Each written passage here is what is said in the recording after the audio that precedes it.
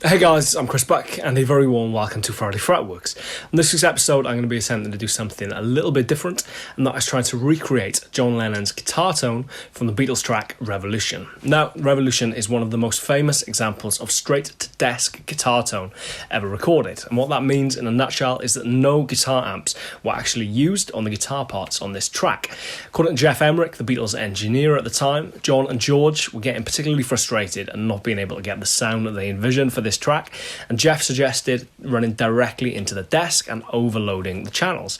Now, according to Jeff, the first track or the first channel that they plugged into was actually a dying channel within the desk, which was then patched into another overdriven channel. So it's a pretty unique set of circumstances that led to this tone, and as such it's incredibly hard, without access to all of the actual gear that they used, it's incredibly hard to try and replicate.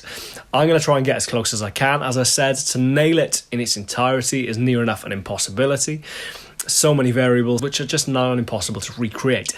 But what I want to do is try and get as close as I can and talk you through the process of how I achieved that. So without further ado, let's delve right in.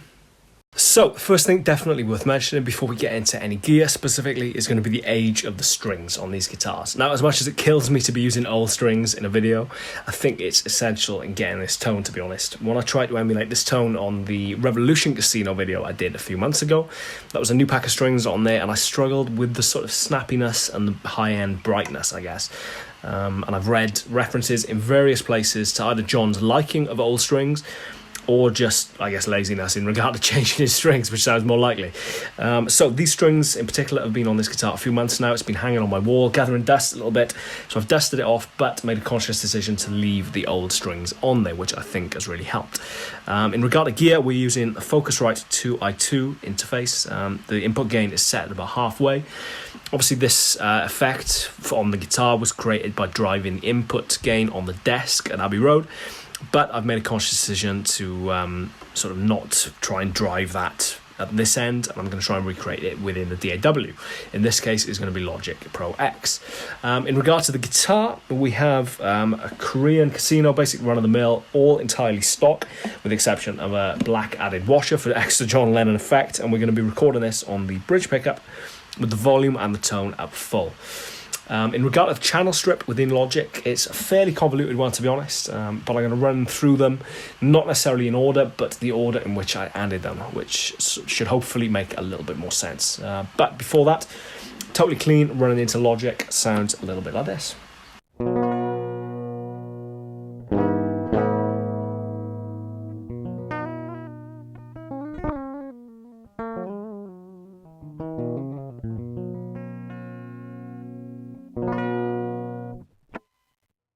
Obviously, totally clean, but we're going to start adding a couple of plugins here and there, which will hopefully start to dirty things up a little bit. First one being a gain plugin.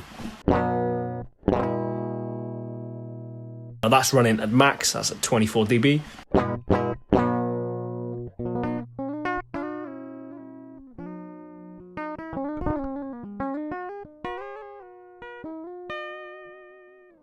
Still pretty clean, which is where the next gain plugin comes in.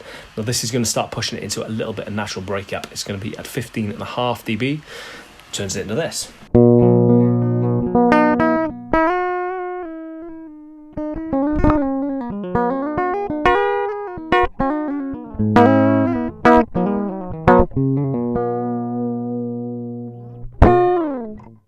Still not massively dirty, but we're getting into the territory a little bit more.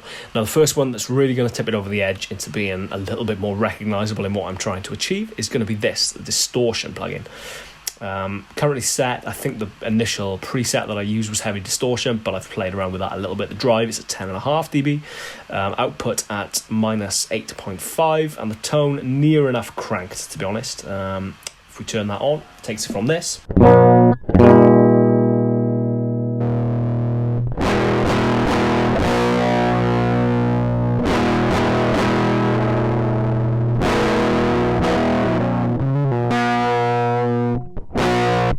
Obviously, getting into that ballpark a little bit more straight away, you can see what that's done to the waveform. It's really crushed it and compressed it. However, I keep going to add in. So this one, I'm kind of ambivalent about, to be honest. I think, if anything, it helps tighten things up a little bit. It's the Distortion 2 plugin set as such, but it has a very subtle effect, to be honest. I think, as I said, it just tightens things up a little bit and adds that kind of effect. So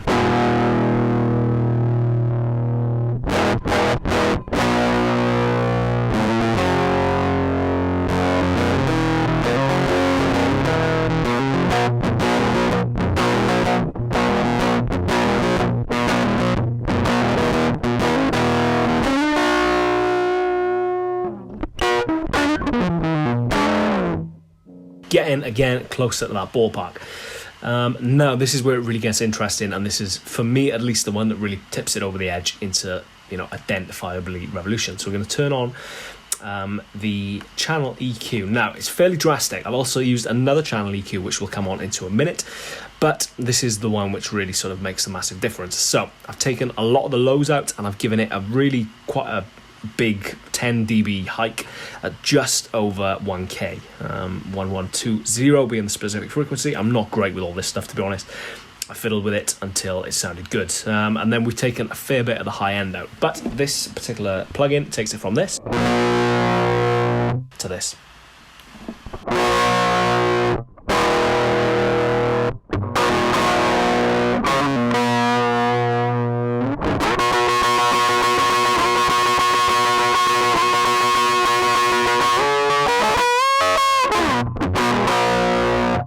As I said, it gives it that sort of slightly fluty quality, I guess, in that mid-range. That particular spike there is fairly drastic and gives it a sort of slightly pinched quality. The last thing worth mentioning that I'm absolutely sure makes a difference, we've got one more in a minute which I'm still undecided on, is going to be this linear EQ. Again, it's basically just sort of adding to what we've already done. We've got a very slight hump in the mid-range and we've got the lows taken out. If we add it in,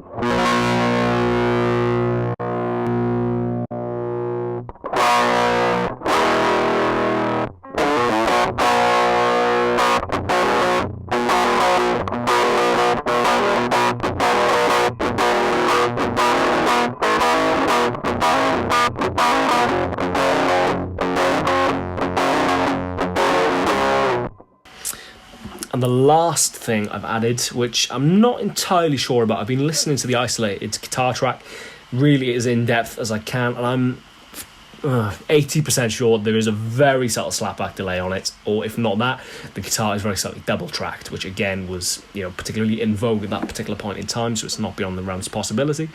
So to try and emulate that even, I've added a 40 millisecond delay just within the delay designer, I think it's called. So if we turn that on,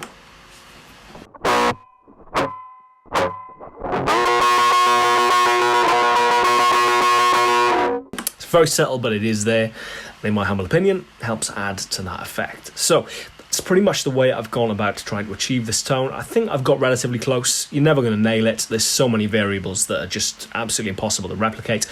Namely the desk, for one. The desk had such a big part in this, given that, you know, I mean, the desk has, and the preamps have a massive part to play in pretty much any recording. Even more so when it is just a case of it running directly into the desk. Fairly revolutionary technique at the time. So especially pushing it as hard as they did. So there we go. That is how I've tried to get this sound. I'm going to do an A-B sort of comparison now at the back end between the original guitar track that is readily available on YouTube if you're interested in trying to find it. But that's how I've gone about it. As ever, this is Friday Fretworks. I've been Chris Buck. Thank you very much for watching, and I shall see you next week for another video. Cheers, guys. Take care, and I'll see you soon.